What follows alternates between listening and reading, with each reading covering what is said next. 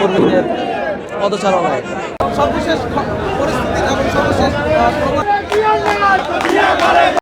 আসলে ব্যাপারটা আমাদের জন্য অত্যন্ত আনন্দের ব্যাপার। আজকে মনে হচ্ছে আমাদের ঈদের দিন, সারা বাংলাদেশের মানুষ স্বতঃস্ফূর্তভাবে এসেছে, দেখতে পাচ্ছেন আপনারা।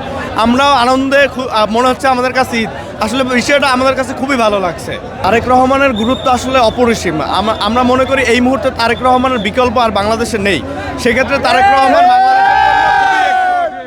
গুরুত্বপূর্ণ ব্যক্তি। আমরা চাই এই অসুস্থ যে রাজনীতি বিগত দিনে আমরা দেখছি, ফ্যাসিস্টের যে 17 বছরের যে আমলগুলো, এগুলো বাংলাদেশে আর পুনরাবৃত্তি না হোক এবং একটি নতুন বাংলাদেশ হোক। অবশ্যই একমাত্র সেই বাংলাদেশ, আমরা সাধারণ আপামর জনগণ যে বাংলাদেশ চাচ্ছে, সেটা একমাত্র তারেক রহমানের হাত ধরেই আসবে।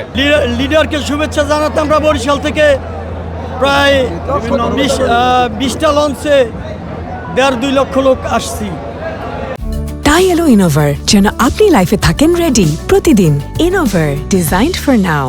তাই লিডারের শুভেচ্ছা জানানোর জন্য অন্তর থেকে আমি বিএনপিকে ভালোবাসি।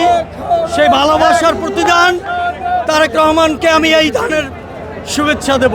শুধু তো একটা দলের না, একটা গোষ্ঠীর নয়, তারেক রহমানের বাংলাদেশের একটা, সেই নক্ষত্রকে যাতে বাংলাদেশে একটা কুচুকরি মহল, একটা দল সেটাকে ধ্বংস করে দেয়, নির্যাতন, নিপীড়ন এবং বাংলাদেশে আসতে দেয় না আমার নেতাকে।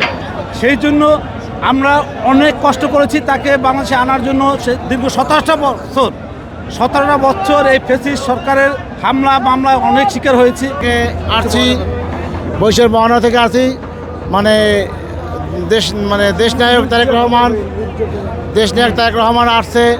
আপনাদের আজকে সবাই খুশি, আমরা ঈদের মতো খুশি, সবাই খুশি।